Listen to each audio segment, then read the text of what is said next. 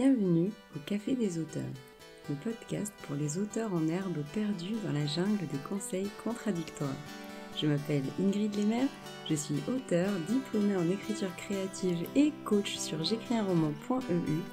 Ma mission avec ce podcast est de te détendre, de t'inspirer et surtout de te guider pour que tu puisses écrire le livre de tes rêves et le publier grâce à des conseils concrets et bienveillants et des interventions d'auteurs inspirants. Prépare ta boisson chaude favorite, c'est l'heure de souffler un peu. Hello collègues écrivains, quelle joie pour moi de redémarrer une nouvelle saison du Café des auteurs. Et on démarre en beauté avec Lise Siven, qui est autrice d'imaginaire mais également de romans plus contemporains et feel good. Et c'est de ça qu'on va principalement discuter dans cet épisode, mais on va également aborder pas mal de choses comme l'humour, l'imaginaire ou encore les bons conseils de Lise pour les auteurs en herbe. Et je te laisse avec notre interview. Et on est avec Lise Siven. Hello Lise, bienvenue au Café des auteurs. Bonjour Ingrid. Bonjour tout le monde. Merci de m'accueillir dans ton café, ça me fait très plaisir. Alors avant de commencer, est-ce que tu pourrais te présenter aux auditeurs qui ne te connaîtraient pas encore ? Donc moi c'est Lise Siven, j'ai 44 ans, 2 enfants, 2 chats, un mari. Je vis sur la côte nord du Finistère. J'aime bien cultiver des tomates, je travaille dans l'informatique et accessoirement j'écris des romans.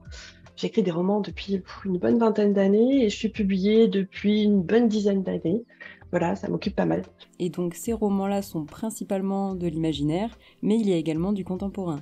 Oui, j'ai écrit pas mal dans les littératures de l'imaginaire, puisque j'ai commencé par la fantaisie pour adultes, des histoires avec des gros monstres, des gros dragons, un peu la Tolkien. Et puis ensuite, j'ai travaillé en littérature jeunesse avec les éditions Castelmore, donc sur des romans jeunesse pour les 12+, et aussi du young adulte. Avant d'écrire du contemporain, aussi en parallèle, je me suis mise au contemporain. Et j'ai sorti un roman avec J'ai lu l'année dernière et j'ai participé aussi à leurs anthologies ces 2-3 dernières années. Et du coup, ces derniers temps, tu écris plutôt du contemporain. Est-ce que c'est un départ définitif de l'imaginaire vers le contemporain ou pas vraiment ? Alors, pas vraiment. En fait, ce sont surtout des histoires de calendrier. Parce que mon premier amour, c'est l'imaginaire. Mais en tant qu'autrice comme en tant que lectrice, moi, j'ai des goûts très variés et très éclectiques et je me ferme absolument aucune porte. Et comme n'importe quel lecteur ou lectrice, il y a des moments où tu as envie de lire, je sais pas, plutôt des romans sombres, après des romans plus joyeux. Et voilà, je suis le même genre d'envie quand je suis dans l'écriture.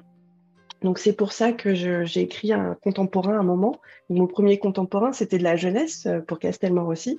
Et ça faisait suite à un roman qui était plus sombre, où j'avais tué beaucoup de personnages, où j'étais un peu triste. Donc j'avais envie d'écrire une histoire, tu vois, où enfin il y a des personnes qui allaient mourir.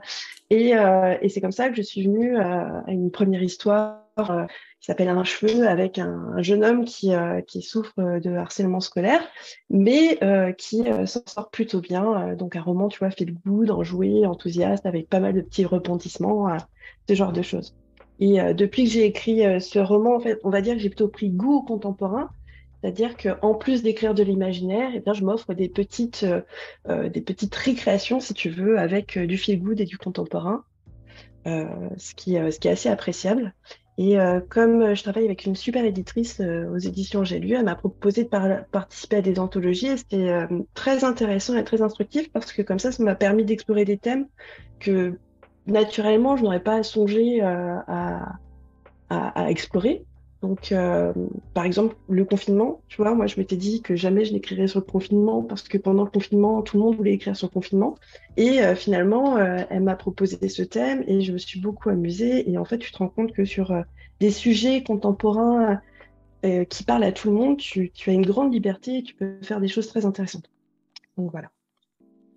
Tu as dit le mot récréation. Est-ce que c'est parce que tu pensais à ce projet, par exemple, de participer à une anthologie quand même plutôt court, ou est-ce que même un roman contemporain, pour toi, ça te prend moins de temps qu'un roman de l'imaginaire ?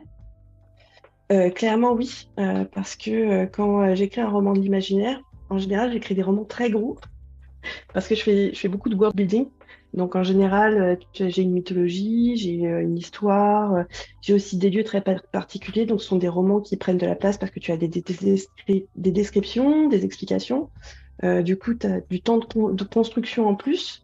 C'est pas forcément une taille de l'histoire, tu vois, en nombre de signes, mais c'est plus les efforts qu'il faut faire pour créer un roman d'imaginaire qui me semble plus conséquent que sur un roman contemporain, où en fait tu vas dérouler une époque, une histoire dans une époque que tu connais. Moi, j'écris plutôt des histoires qui s'inscrivent vraiment, qui s'ancrent dans l'époque que je suis en train de vivre moi. Et, et ben ça enlève tout un tas de difficultés. Du coup, tu peux écrire ton histoire beaucoup plus rapidement. Tu vas te concentrer plus sur tes personnages et ce qui leur arrive que sur l'environnement dans lequel ils évoluent et qui vont avoir un impact sur l'aventure. En imaginaire, typiquement dans de la fantasy, si ton univers n'a aucune Incidence sur l'histoire? ouais, incidence, c'est ça. Si ça n'a aucun lien avec l'histoire, si tu n'en tires pas parti, si typiquement le système politique n'a aucune importance pour ton histoire, finalement, pourquoi est-ce que tu la transposerais dans un monde de l'imaginaire? Pourquoi est-ce que tu as eu besoin de créer ce monde-là pour dérouler cette histoire-là? Donc pour moi, les deux sont intimement liés et tu peux pas écrire une bonne histoire de fantasy si elle n'a pas un lien profond avec l'univers dans lequel elle se déroule. Donc, une fois que tu coupes ce lien pour le contemporain, tu vas te consacrer en fait à l'exploration d'autres thèmes. Et c'est vrai que c'est bon de le rappeler, je pense notamment aux auteurs en herbe qui souvent ont un peu ce travers-là de penser tout un univers, mais sans vraiment que cet univers soit important pour l'histoire, et du coup c'est un peu dommage. Et par contre, effectivement, dans ces romans contemporains-là, c'est notre monde à nous. Est-ce que du coup, c'est plus difficile peut-être de trouver des idées Moi, je pense que en tant qu'auteur, au contraire, il ne faut pas se mettre de barrière, ne pas se dire que c'est intimidant et garder cette liberté de s'intéresser à tout. Un bon auteur, c'est un auteur curieux. Donc, c'est quelqu'un qui va explorer soit de la documentation, soit des univers, soit son époque. Et à partir du moment où tu as une histoire vraiment ancrée en toi, que tu as envie de l'écrire, que tu as envie tellement profondément que tu y penses sans arrêt et que du coup tu veux te mettre à ton clavier, eh bien fais-le, ne te mets pas de barrière, essaie, de toute façon tu n'as rien à perdre.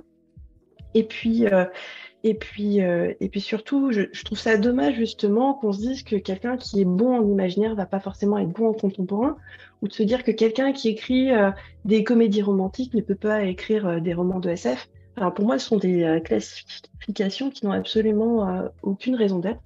Et comme j'ai pas envie de me mettre ce genre de barrière, je ne me pose pas ce genre de questions et je vais juste suivre mon instinct et mes envies. Par contre, pour ne pas me prendre de mur, je vais penser à mon histoire, la préparer et puis vraiment me poser des questions sur ce que je veux faire, pourquoi est-ce que je l'écris, mais pas des questions de genre ou de capacité à vouloir écrire cette histoire. Non, non. C'est sur ce que j'ai envie de dire et de raconter et pourquoi ça m'intéresse et pourquoi c'est intéressant d'explorer cette piste et de dérouler cette histoire. Donc tu as une phase de préparation, toi tu es dans la team préparation avant l'écriture? Alors oui et non, c'est-à-dire que moi je suis une autrice bordélique. Donc en fait à chaque roman sa phase préparatoire différente. J'ai écrit d'ailleurs un article sur mon blog que vous pourrez retrouver assez facilement qui s'appelle L'auteur, ce voyageur. Et pour moi un roman c'est un peu comme un voyage. En fonction de ton voyage, tu vas avoir besoin de te préparer beaucoup ou pas beaucoup parce que tout dépend vraiment de l'histoire. Donc, comme je te le disais tout à l'heure, quand tu fais du world building, c'est quand même important de bien se préparer et d'avoir son univers en tête. Euh, donc c'est un petit peu comme si tu partais pour un voyage autour du monde. Hein, mettons, tu pars, ouais, voilà, pour une course, une navigateur solitaire sur son petit voilier, tu vas traverser l'Atlantique pour la course Jacques Vabre. Il te faut un bon bateau, il faut que tu te sois préparé, il faut que tu aies tes cartes, il faut que tu aies une équipe derrière toi. Tu sais que ça va être long, ça va être difficile, qu'il y aura plein de problèmes techniques. Donc du coup, tu vas avoir un gros travail préparatoire. Après, pour moi, un contemporain, c'est plus, tu vois, comme partir en week-end à Londres ou une semaine à San Francisco. Voilà, c'est pas le même degré de dangerosité, donc je vais pas faire les mêmes recherches. Globalement, ça va être beaucoup plus facile de trouver les infos et de savoir dans quoi je m'embarque comme aventure. Après, techniquement, les romans, ouais, les idées sont ancrées en moi, on va dire que j'y pense pendant très longtemps avant de me mettre à un roman.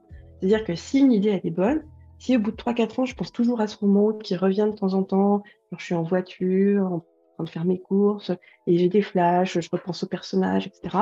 Au bout d'un moment, il va vraiment falloir que j'en fasse quelque chose parce qu'il va falloir que je sorte l'histoire de ma tête, on va dire.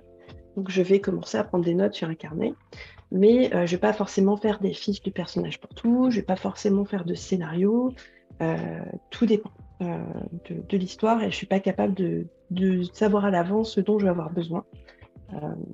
Pour mon roman, par exemple, mon premier roman, c'était un roman avec des gros monstres, mais qui se passait à Londres fin 19e. Mon travail préparatoire, c'est que j'ai lu tout ce qui me tombait sous la main sur le 19e. Et j'avais mon histoire de gros monstre. Et par contre, l'aventure en elle-même avec les trackers, la prêtresse, le gros monstre de Londres qui détruisait des quartiers, tout ça, j'avais vraiment pas scénarisé. En revanche, j'avais toutes les images des lieux, je connaissais les tenues, plein de choses que j'ai oubliées d'ailleurs. C'est terrible, c'est affreux. Mais j'ai fait beaucoup de recherches et du coup, quand j'ai écrit mon histoire, j'ai pu me concentrer vraiment sur l'histoire et la vivre avec les personnages parce que pour moi, voilà, c'était partir, passer 3 ans au 19e dans cet univers-là avec des pouvoirs magiques et c'était trop cool. Par contre, pour un roman contemporain, je vais avoir une stratégie assez différente. C'est-à-dire que j'aime bien avoir des acteurs, donc je colle des photos d'acteurs pour avoir les personnages en fait dans ma tête. Et en général, je les prends, tu sais, comme des petites marionnettes et je les mets sur scène et je fais mes scènes comme ça. Et donc, du coup, des fois, je vais regarder un film avec l'acteur en question ou je vais regarder son Instagram, ce genre de choses, tu vois. Et puis, en fonction du roman, des fois, j'écris le scénario.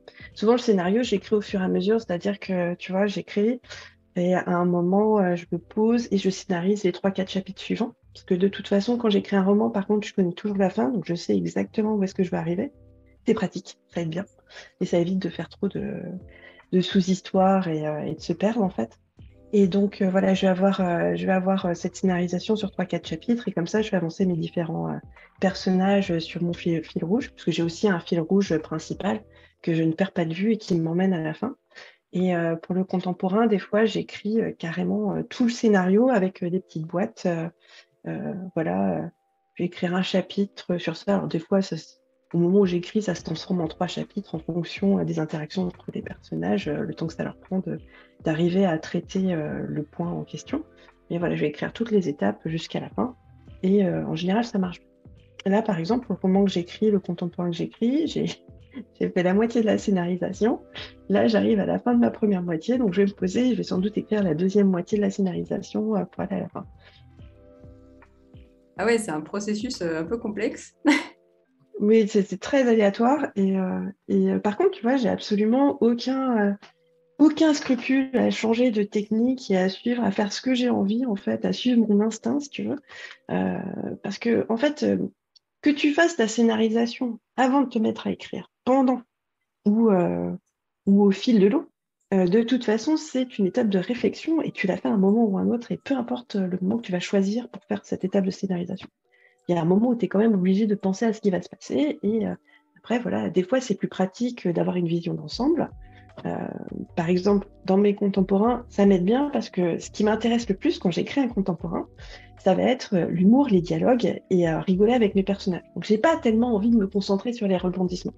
En revanche, si j'écris un roman de fantasy ou un roman de SF, là, ce qui m'intéresse, c'est de vivre en fait le truc dans la peau du personnage, tu vois, de regarder avec ses yeux, etc. Et donc, la chose sur laquelle j'ai pas envie de me concentrer, ça va être les détails politiques, l'architecture du monde, les différentes interactions entre les dieux, etc. Voilà, comme dans Les Mains jointes, qui est mon prochain roman qui va sortir.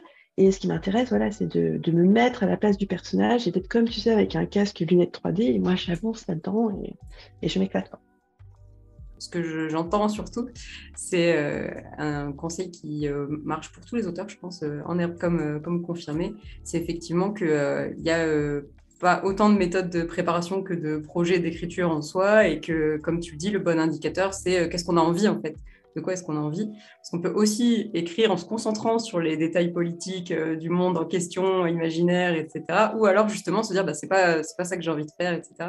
Et je trouve super que tu nous aies dit tout à l'heure que tu t'étais amusé en faisant tel projet et donc de fil en aiguille on en vient à faire ça parce que c'est quand même pour ça qu'on écrit, c'est quand même pour s'amuser, hein. Oui, tout à fait. Surtout que l'écriture, en fait, je pense qu'elle se nourrit beaucoup enfin, de notre être intérieur, on va dire, et que c'est quelque chose d'épuisant parce que si tu écris quelque chose de drôle, tu vas donner beaucoup d'énergie pour que ce soit drôle. Si tu écris quelque chose de triste, tu vas donner beaucoup d'énergie pour mettre de la tristesse en fait dans le texte. Et quoi que tu écrives, en fait, tu te nourris de tes émotions et il faut que tu aies une bonne énergie pour y arriver. Et cette bonne énergie, c'est aussi prendre soin de soi en tant qu'auteur. Donc, écouter ses envies, ne pas se mettre trop de pression. En même temps, se la mettre parce que, soyons honnêtes, on a tous envie d'écrire un bon bouquin. Donc, il faut quand même se mettre un petit peu la pression pour pas céder à la facilité et puis essayer d'aller au bout de nos rêves, de nos projets. Parfois, on a envie d'écrire un roman qui est plus grand que d'habitude. Et voilà, et c'est bien de se mettre du challenge parce que c'est bien de tenter des choses en fait. Et je pense que si tu ne tentes pas, tu risques très vite de tomber dans la frustration et ça, c'est mauvais pour l'énergie que tu vas mettre dans ton texte. C'est bien, ça veut dire qu'il ne faut pas se mettre de limites? Oui, si on peut se mettre des limites, mais là, clairement, j'ai pas d'idée qui me vient en tête. Euh, je pense que si, il faut se mettre des limites dans le sens où il ne faut pas non plus se lancer dans des projets qui sont complètement des projets que tu sais que tu vas pas réussir à mener jusqu'au bout, tu vois. Par exemple, se mettre en tête d'écrire une fresque, je sais pas, on va dire sur la préhistoire. Si tu n'as absolument pas le temps de faire des recherches sur la préhistoire, c'est pas une bonne chose. Parce que si tu t'intéresses à un domaine très particulier, ça veut dire qu'il va falloir du temps pour s'intéresser à ce domaine.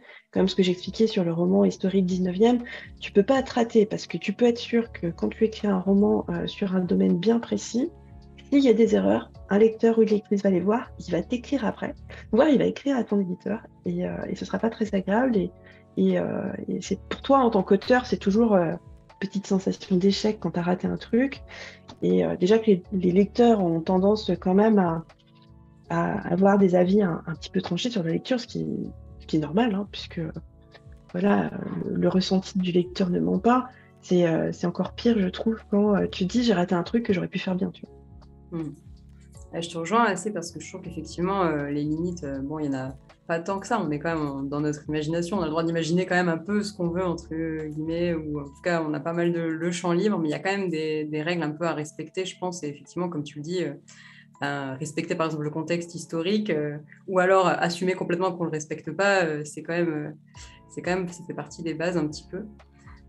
Parmi les autres choses que tu as évoquées, tu as parlé de l'humour. Et ça m'a un peu fait tilter parce que c'est très très difficile quand on donne des conseils d'écriture, un petit peu comme on le fait sur les réseaux sociaux et autres, de dire ah, tu veux écrire quelque chose de drôle? Eh ben, écoute, c'est comme ça qu'il faut faire. J'en ai jamais lu des conseils comme ça. Je ne sais pas comment toi tu t'y prends pour manier un peu l'humour. Je trouve que c'est assez difficile quand on est un auteur en herbe. Je ne sais pas si tu le vis comme ça aussi, peut-être.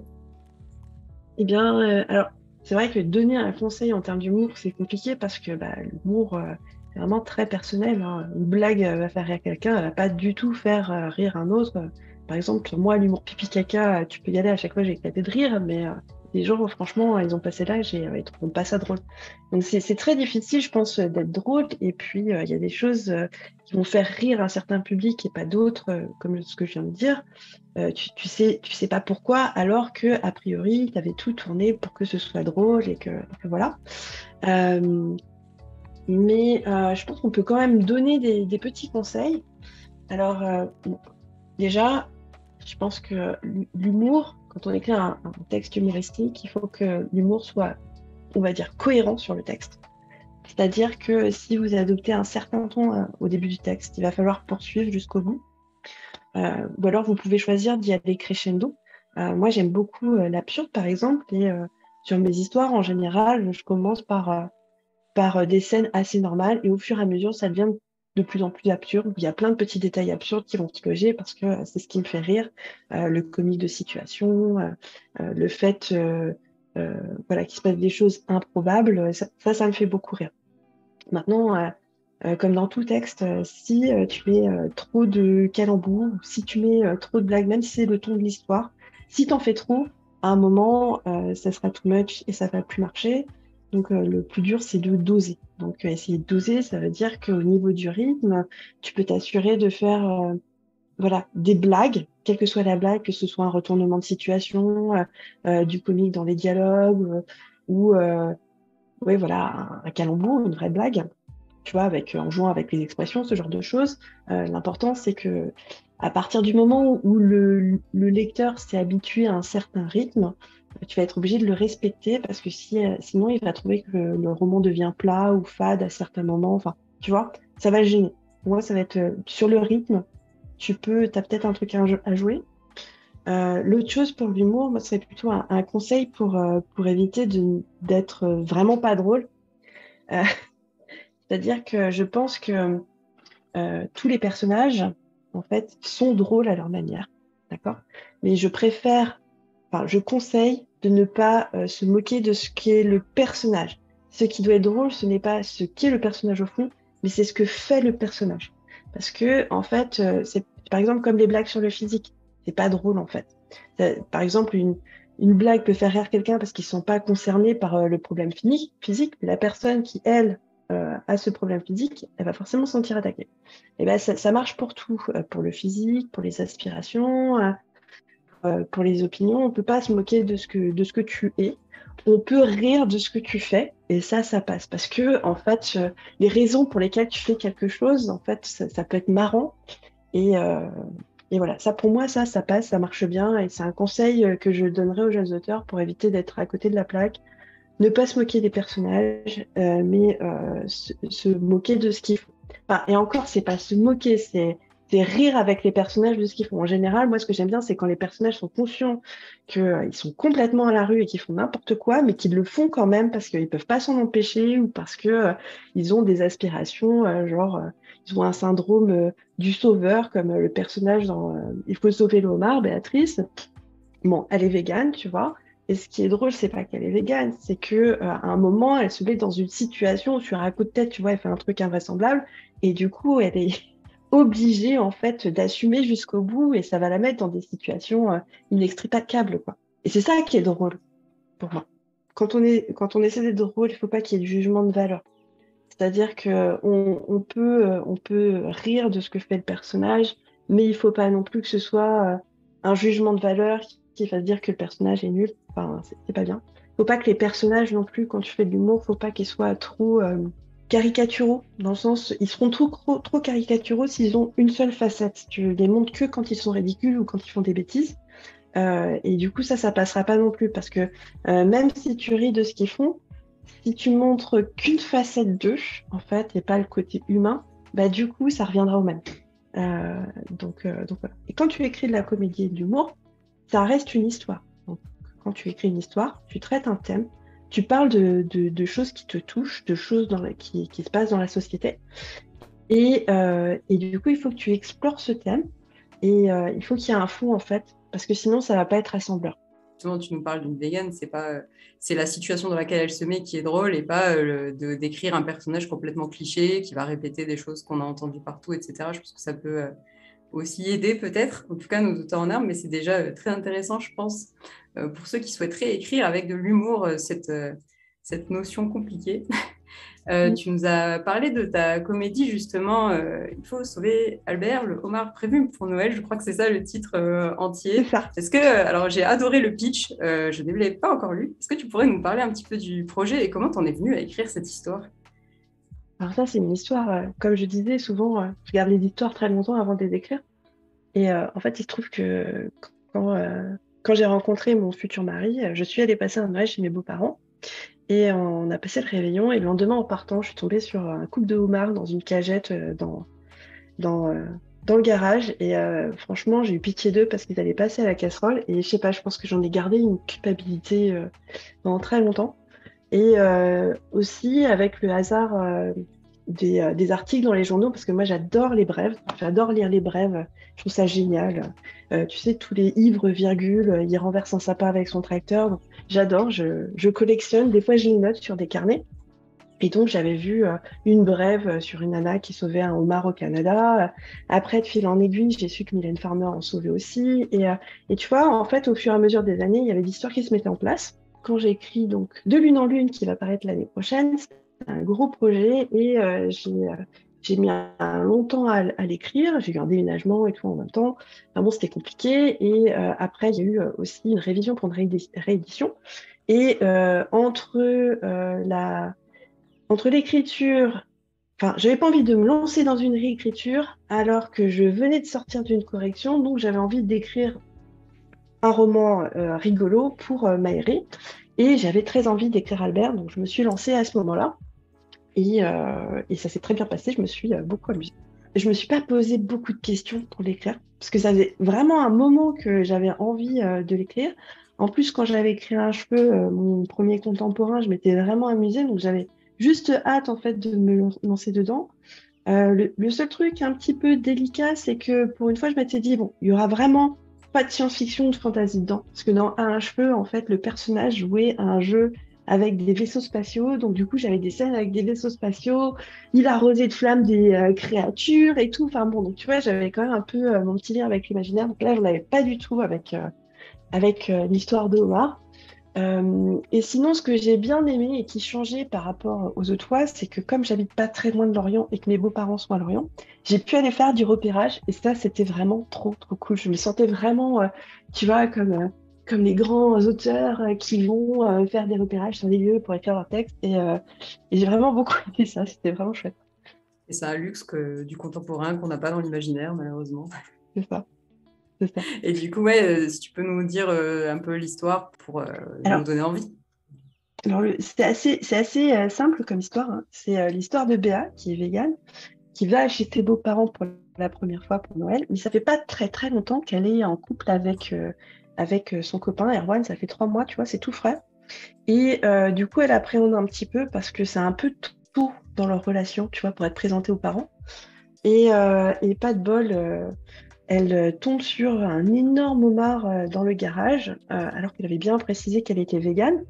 Et que son mec avait bien précisé à tout le monde qu'elle était végane, sauf que personne ne l'a dit au père. Donc, il y a un peu, tu vois, genre le vieux bougon qui aime pas les Parisiens, elle est parisienne en plus, hein, tu vois. Donc, qui n'a pas été mis au courant parce qu'il râle sur tout, il critique tout. Et voilà, la belle-mère voulait évacuer le sujet en se disant que de toute façon, il remarquerait rien. Et pas de bol, lui, il avait décidé de faire une surprise pour Noël et de ramener un homard. Donc, Béa se met en tête de sauver le homard.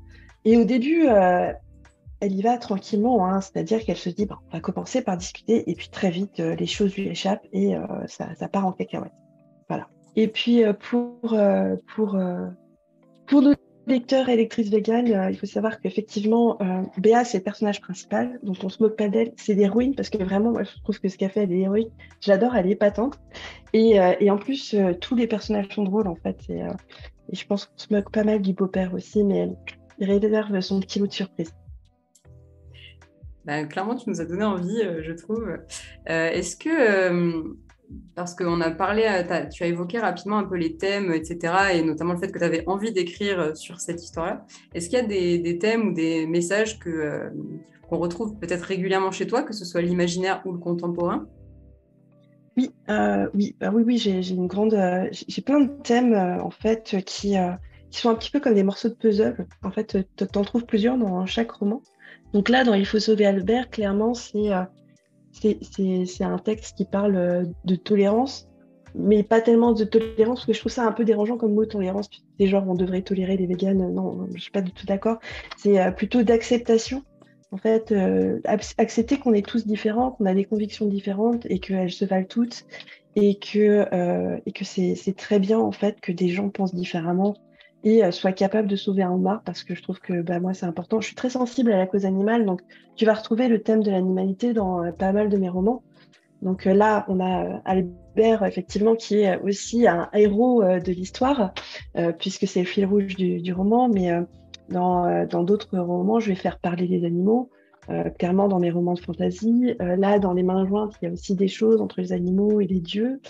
Euh, voilà, je suis sensible à la cause animale et j'aime bien leur donner la parole. Tu vas aussi avoir pas mal de choses comme l'héroïsme. Moi, j'aime bien les vrais héros, tu vois, les héros qui vont donner l'exemple et qui vont être capables de se sacrifier ou qui vont prendre des décisions qui leur font mal. Ils n'ont pas envie de le faire, mais ils vont y aller quand même parce que c'est ce qu'il faut faire. Moi, j'aime bien ça. Je trouve que ça me rassure, en fait, de trouver des héros dans les livres. Ça me donne espoir qu'il y en ait aussi, tu vois, dans notre monde autour de nous. Et je trouve ça très important. Et voilà. Et sans doute que j'ai un petit syndrome, tu vois, de la sauveuse quelque part au fond de moi. Je pense que c'est dans mon caractère. Donc ça, tu vas le retrouver pas mal dans mes romans. Et puis il y a plein de choses hein, sur les dieux. J'adore les dieux, comme j'ai étudié la mythologie quand j'étais plus jeune en faisant du latin jusqu'au bac et que j'ai eu des profs passionnants qui adoraient les empoisonnements à Rome et aussi toutes les quêtes. Bon, ça m'a fait mettre le pied dedans et pendant longtemps, je lisais beaucoup ce genre de choses. Donc forcément, j'ai une fascination pour les dieux qui seraient les incarnations en fait de nos différentes facettes humaines. Alors, il y a aussi cette question, est-ce que ce sont les dieux qui nous ont fait à leur image ou est-ce que euh, finalement, c'est notre humanité qui rejaillit en eux. Enfin, j'aime beaucoup cette thématique, cette exploration et le pouvoir du nom. Le fait qu'un nom, tu vois, ça crée quelque chose chez la personne en face et ça a de l'importance. Ça, par exemple, on le retrouve aussi dans mon prochain roman, celui qui va sortir chez Scribnéo. Donc, de lune en janvier. Je fais un peu de promo. Ah ouais, est-ce que tu peux nous en dire plus sur ce roman? Alors, je suis un peu moins prête sur le pitch parce que tu vois, Albert, il est sorti l'année dernière, j'ai fait quelques salons, donc effectivement, j'ai un peu l'habitude de le pitcher, mais de Lune en Lune, c'est une histoire plus complexe aussi, un peu plus. C'est l'histoire d'une quête plus profonde. Donc là, on va suivre deux jeunes filles qui vivent dans un monde très proche du nôtre, qui est comme la Terre, si tu veux, mais dans lequel il y aurait eu de la magie pendant très très longtemps, jusqu'à ce qu'une fracture survienne à peu près à l'époque où il y avait des aéronefs, des trains à vapeur, ce genre de choses. Et cette catastrophe est arrivée parce que les humains utilisaient la magie uniquement pour faire la guerre, et qu'à un moment, un peu à l'image du monde nucléaire, il y a une espèce de fracture magique. Et l'unique en a profité pour, donc c'est un dieu, le dieu de ce monde-là, en a profité pour châtier les humains qui avaient mal utilisé la magie et ça a rasé toute la surface du monde. Les humains qui ont pu échapper à ce cataclysme étaient bien sûr des fidèles de l'unique, qui ont été conduits à l'abri par les oracles, sous terre, sous des montagnes. Et du coup, du monde d'avant, il ne reste rien, seulement des ruines. Et les humains ont rebâti des forteresses sur les montagnes, parce que malheureusement, au moment de la fracture magique, quelque chose ne s'est pas très très bien passé. Et du coup, les bêtes sont devenues géantes. C'est-à-dire que les ours, les loups, les chevaux, enfin tous les mammifères ont triplé de taille. Et depuis qu'ils sont devenus plus gros que les humains, ils ne veulent pas que les humains reviennent au sommet de la chaîne alimentaire. Donc les humains se retrouvent un peu coincés avec leur forteresse. Donc au début ils avaient un peu de technologie, mais plus ça va, plus la technologie en fait s'étiole parce qu'ils n'ont pas de ressources, ils n'ont pas vraiment de moyens de voyager, à part en utilisant un peu de magie. La seule magie qui est encore tolérée et en fonction des pouvoirs qui restent aux humains, ça va être une magie pour se transporter d'une forteresse à l'autre. Et encore, il reste si peu de magie parce que tout est parti dans les bêtes, qu'il faut être au moins deux pour unir ses forces et être capable de se transporter à un point à un autre. Et les personnages que nous allons suivre sont Pomme et Yael. Et Yael, malheureusement, elle brave un interdit sans faire exprès, alors que ce sont des jeunes novices, tu vois, qui normalement devraient vivre en haut de la société, de la nouvelle société, sous l'égide du grand prêtre, dans le temple de Yumi, qui est à servir de transporteuse, entre guillemets, d'une forteresse à l'autre. Et en bravant cet interdit, elles sont punies. Il y en a une qui est jetée dans le monde sauvage, très très loin de sa forteresse, et l'autre qui a moins de 15 ans, en fait, elle termine dans des geôles, voilà, de la forteresse. Et du coup, celle qui se réveille dans le monde sauvage, Yael, décide de tout faire pour retrouver sa partenaire, la délivrer, et puis aussi survivre, parce que bon, c'est un petit peu compliqué au milieu de ces bêtes immenses de réussir à survivre. Et euh, voilà. En fait, a priori, c'est très mal engagé pour Yael, mais ce qu'elle ne sait pas, c'est que dans l'ombre, les dieux sont en train d'avancer leurs pions et qu'au moment où elle a bravé l'interdit, c'était la pleine lune, d'où le titre De lune en lune, et que les lunes vont lui indiquer le chemin à suivre. On remettra, une fois qu'il sera sorti, le lien dans les notes de l'épisode aussi, clairement. Est-ce que ça serait ton conseil, toi, pour un auteur en herbe qui souhaiterait écrire du contemporain plutôt?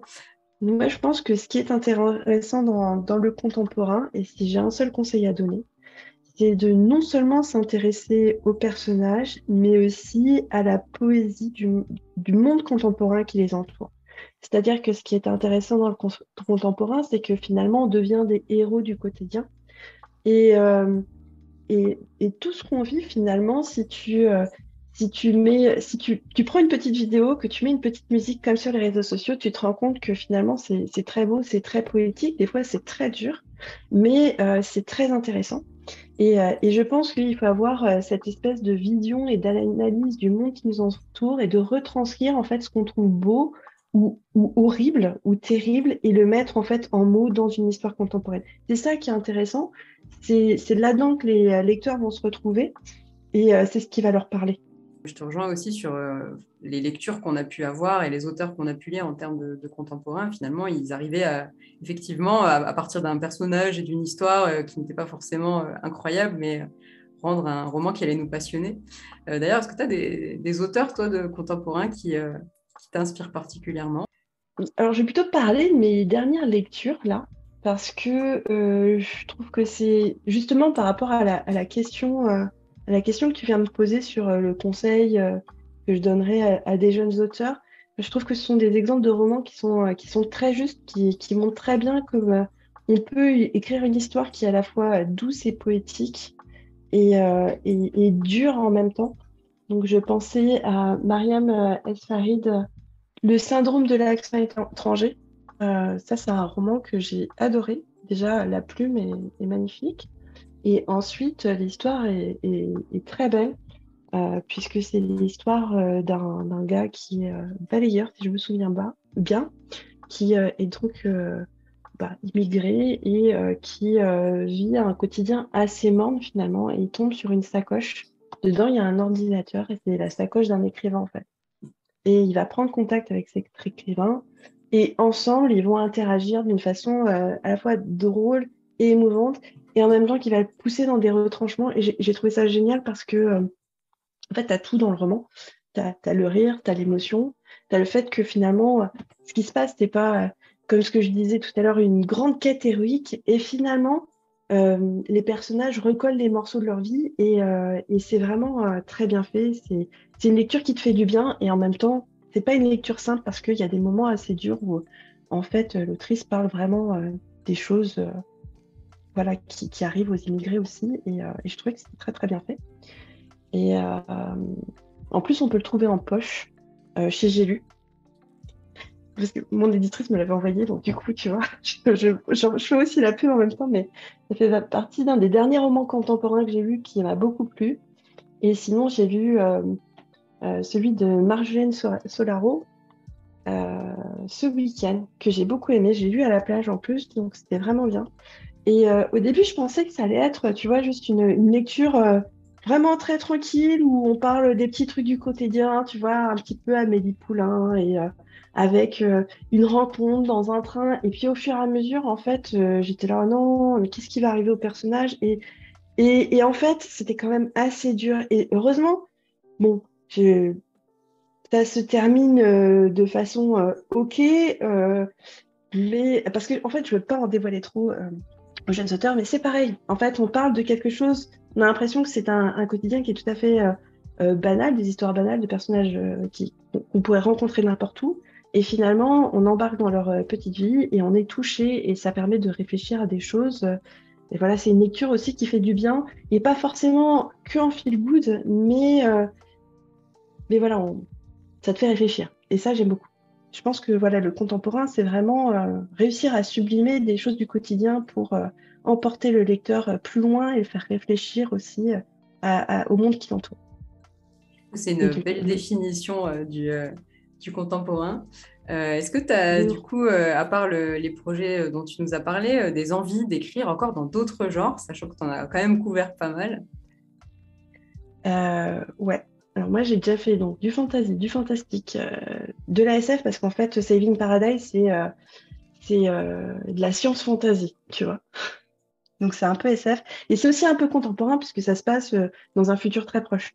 Donc, voilà. Mais sinon, oui, j'ai en projet un roman de SF. Alors en fait, j'en ai deux de SF, mais pur, tu vois. Donc un space opéra, enfin pas vraiment, si un space opéra, mais pas vraiment opéra, puisque je vois plutôt ça un one-shot. Et pour un space opéra, normalement, tu ferais un truc, mais bon.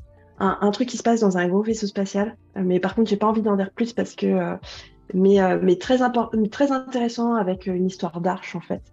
Et qui me branche beaucoup. D'ailleurs, j'avais même commencé à écrire un scénario de BD aussi avec mon mari à un moment, sur aussi une autre histoire d'arche, mais différente. Et un roman. Une histoire de colonisation sur une autre planète, mais qui se passerait donc voilà voilà sur une autre planète et dans un monde où on essaie de coloniser, mais sans détruire le monde dans lequel on arrive, tu vois. Et, euh, et ça aussi, ça m'intéressait beaucoup. J'adore tout ce qui est les romans de Hugo Weaving, tu vois, Silo. C'est une grande référence Je pour moi vois. en SF. Et j'avais envie de faire un truc qui se passe dans le désert aussi avec des ressources finies, en fait. Ce qui m'intéresse dans la science-fiction, c'est le thème de la ressource finie.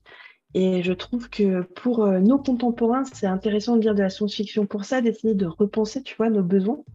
Et tu vois, ce serait le message, en fait, du truc, de dire qu'on peut vivre des existences palpitantes, même en n'ayant pas forcément toutes les mêmes ressources qu'on a maintenant et que ça ne nous empêcherait pas d'avoir de la technologie, tu vois, et qu'il suffirait de... Alors, il suffirait, c'est facile à dire comme ça, mais ça pourrait être intéressant de repenser les choses et de repenser notre façon de vivre. Et c'est vrai que la science-fiction, pour ça, nous donne des outils, puisque, tu vois, par exemple, si tu prends des personnages que tu les mets dans un vaisseau spatial, bon, est-ce que tu as besoin d'avoir de l'argent, tu vois? Tout le monde est obligé de travailler parce que tu peux pas te permettre d'avoir des gens qui font rien. Après, si tu fais un vaisseau spatial avec des gens qui font rien, c'est toute autre histoire, tu vois. Et voilà, voilà. Et C'est le genre de choses. plutôt science-fiction, du coup, ton futur littéraire ou tu as aussi d'autres projets qui vont sortir dont tu as envie de nous parler ou on a tout fait? Non, on n'aura jamais tout fait. Parce que, si tu veux, moi j'ai une collection de carnets assez conséquente. Et outre le roman de science-fiction, j'ai aussi pour projet d'écrire un roman de SF. Je t'avais parlé d'une histoire de gros monstres qui se passe au 19e. Ah, j'aimerais bien écrire un opus, tu vois, qui se passerait à notre époque. Euh, j'ai aussi un espèce de grand œuvre, donc j'avais écrit un diptyque fantasy, La guerrière fantôme. En fait, ça se passe dans un univers qui m'accompagne depuis que j'ai environ 12 ans. Donc j'ai plein de romans à écrire dans cet univers-là. Là, je travaille sur un contemporain parce que bah, j'avais envie.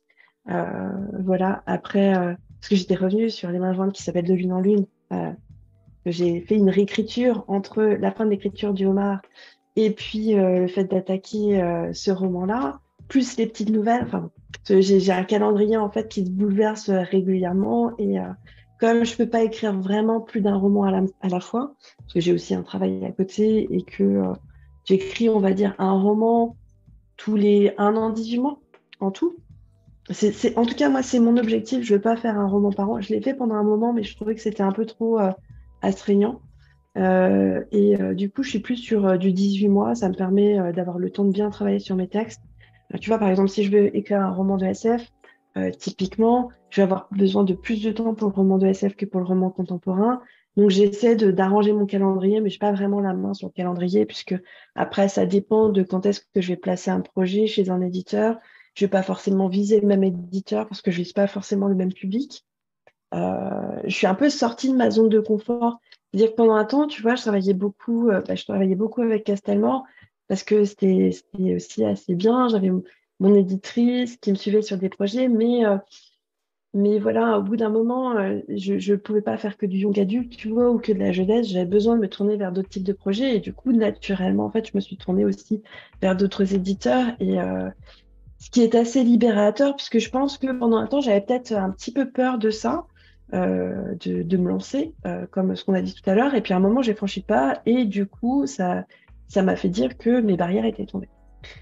Et c'est vrai que ça va être intéressant de se dire que voilà, quand je vais écrire mon fameux roman de SF, parce que lui, enfin, les deux sont quand même bien mûrs, les projets, hein. Parce que j'ai déjà écrit des premières pages et tout. Je suis déjà assez prête à écrire. C'est juste une question de temps avant que je m'y mette.